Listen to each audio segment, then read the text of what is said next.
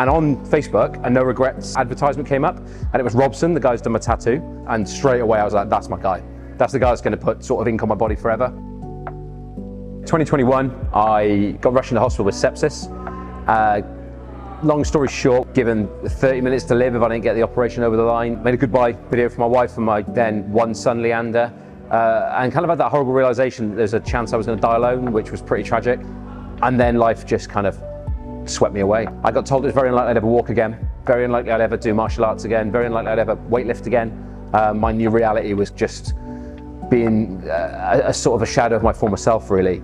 And we pushed through, a little bit of PTSD along the way, which had some really good therapy for, and I'd advocate for anybody going through that, by the way, that is like a massive part of my recovery, was admitting something was wrong. And I would say I became like a shell of myself.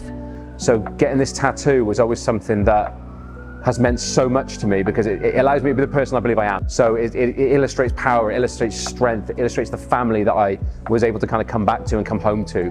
And then notwithstanding that, I booked my tattoo, all really excited to go. And then in December last year, so December 2023, managed to cut my finger off.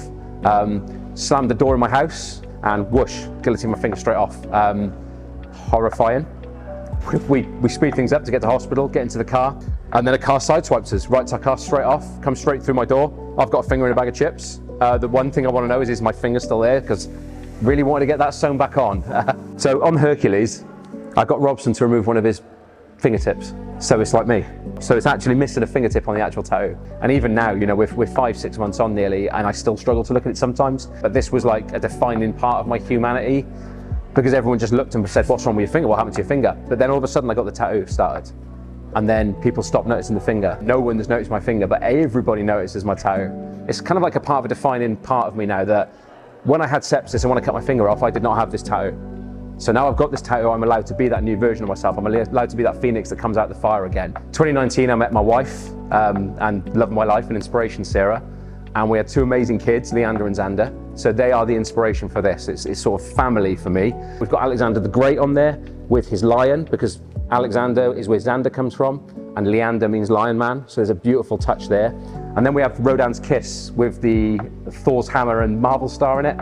It's worth mentioning at this point, my wife Sarah still hasn't seen this. So Sarah has essentially avoided seeing my left arm for nearly 3 months. And today's the day she's gonna see it. So Robson has nailed it. I cannot get over the intricacy of it. I cannot get how he has taken my initial vision of getting my family put on me, but in a really different slanted way, and absolutely knocked out of the park.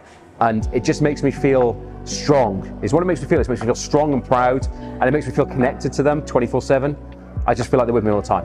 And it's something money can't buy.